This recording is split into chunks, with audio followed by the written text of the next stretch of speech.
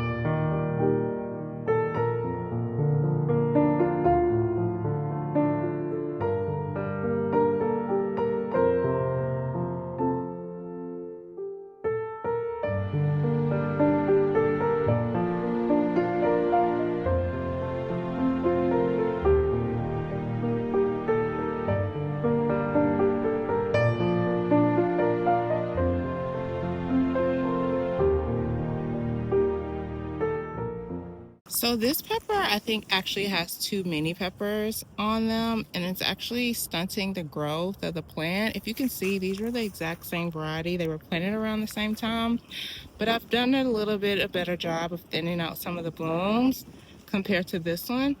And as you can see, the fruits are a lot smaller. So I'm gonna go ahead and harvest majority of these, and then there's some of the flowers out a bit.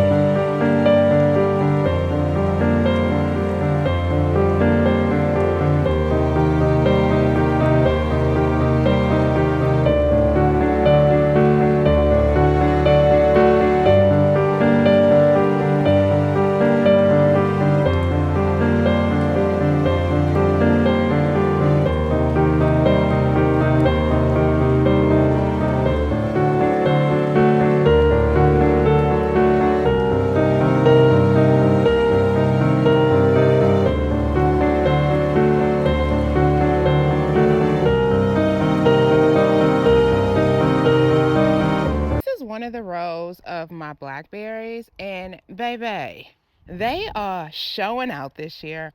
If you are considering growing blackberries, it's important to note there are two main types: floricanes and primicanes. All of these blackberries here are primicanes, and these are the prime arc freedoms, I believe. And what does that mean exactly? So a primocane simply means that the plant is going to produce fruit on its first year cane, and this is the cane here. And that means you can literally buy a primocane blackberry, and if you take fabulous care of it and it produces canes, you could technically get fruit within that same season.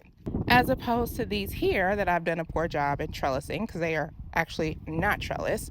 These are floricanes, and floricanes produces fruit on its second year cane. So this means that this plant put out this cane last year, and this year you're seeing that it's starting to flower and it is fruiting. So we have two chores for our blackberries today. One of the most annoying pests for blackberries and really any berries or any fruit are birds. And so last year I did a very poor job at netting my berries. Therefore, I got hardly any berries. And so this year I am prepared. And so I'm going to be netting my blackberries. The second thing I need to do is I need to put the floricanes on a trellis, and I will show you how I set that up. There are some that avoid using netting because of the potential risk of birds getting entangled in it and possibly dying. However, I have never had that happen, but I do keep a close watch on it, and so I wanted to call that out.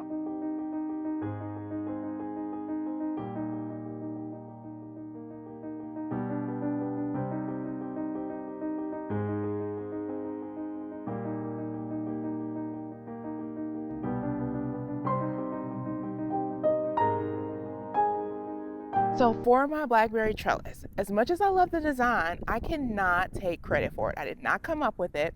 I've seen it online a few times, so I don't actually know who came up with the design first. However, credit where credit is due. However, I don't know who to give credit to, but I can't take credit for it. So just wanted to call that out. For supplies, you're going to need 2 U-posts, and you want to make sure you get U-posts and not T-posts because U-posts have the holes you're going to need to set things up. I highly recommend investing in a post driver. It will make your life 10 times easier, especially if you have clay soil, as well as airline cable. Now, this is rated for over 1,500 pounds. A cable cutter, not a wire cutter, y'all, will not work as well. You're also going to need 2 turnbuckles, 4 eye bolts with the nuts, 4 crimping loops, and either wire cutters or a crimping tool. Start off by positioning your U-post at a 45-degree angle and then using the post driver to pound in the ground. You want to continue to drive it in until the anchor plates are completely buried into the ground. Screw in the eye bolts at the desired hole height, ensuring that the eye bolt is placed horizontally. I am creating a 2-cable trellis, so I am going to put 2 eye bolts on each U-post, one towards the top and one towards the bottom. Next, you're going to unscrew each end of your turnbuckles, but not enough to completely remove either end. This is going to allow you to apply tension, as the weight of the fruit will create slack in the cables over time. Next, hook your turnbuckle into one of the top eye bolts. Run the cable through one side of the crimping loop. Next, run the cable through the loop end of the turnbuckle. Next, run the cable through the opposite side of the crimping loop. Pull down on the cable to tighten. Next, use your wire cutters or a crimping tool to crimp or cinch the crimping loop in place. Cut your cable to the appropriate length, leaving a few inches extra on the end. Loop the opposite end of the cable through one side of the crimping loop. Run the cable through the eye bolt. Pull on the cable to remove any slack, and then pull the cable through the other end of the crimping loop. Use your wire cutters or crimping tool to fasten the crimping loop into place. Repeat all these steps for the bottom level of your trellis.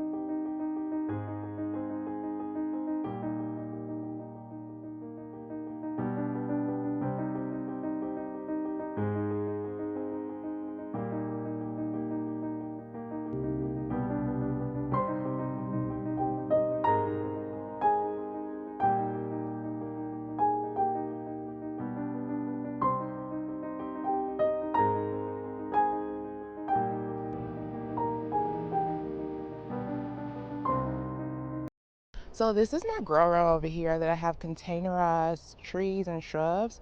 And in this area, I have blueberries. And blueberries are another berry that grows really well here, provided that you plant the right varieties.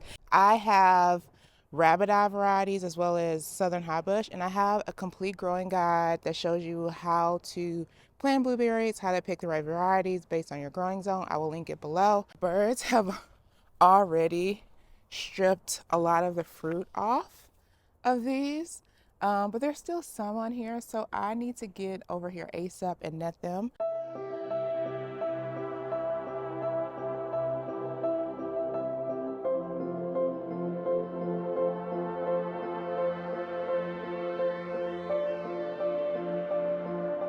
So this next task, y'all, I ain't gonna even lie, I have been putting off for the longest, and that is to plant my Roselle hibiscus.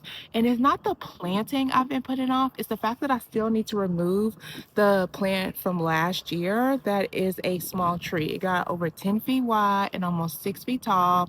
And so now there is a skeleton of what once was. So I've got my handheld saw, my safety goggles. I'm ready to get this out the way because I want my Roselle hibiscus jam this year. And if you have not had Roselle hibiscus jam, you are missing out.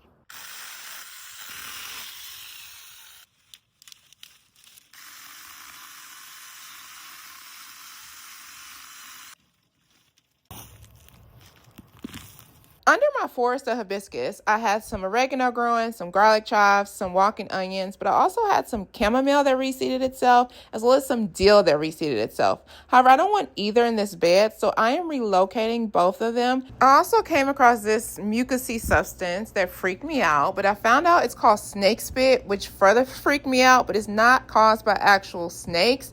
It's produced by this insect called the spittlebug. While they're in their nymph stage, they create this substance as a means for shelter and protection. So yeah, snake spit, but not made by actual snakes.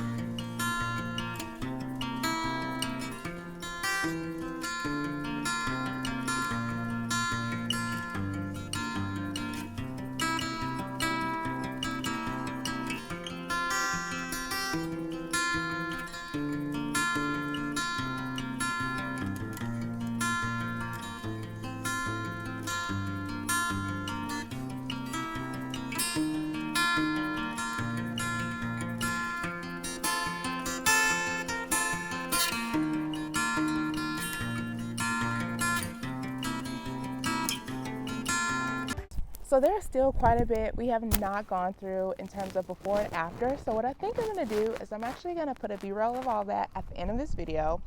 But first, I wanted to thank you all for those of you who have shown such immense support and have shared such kind words. It means the world to me. I greatly appreciate it. Like, I put off starting this YouTube channel for I don't know how long.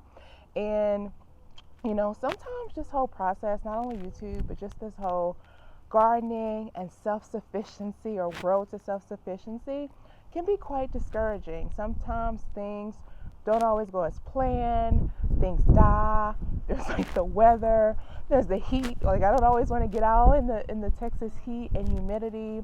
And you know, times like this where I can actually like sit back and reflect and see the fruits of my labor, it makes it all worth it. So I appreciate you all for being part of this journey with me and sticking along for the ride. And if you are new here, first off, welcome. My name is Drea, and this is Coddleweed and Clay. And if you are interested to see where all this madness started, when I first brought y'all along and started my spring garden, I will link that below. Even if it's one thing, commit to growing something. But y'all already know the deal. Don't forget to like, subscribe, and hit that bell. And remember, every black thumb ripens to green, and it all just starts with a seed. Here we go.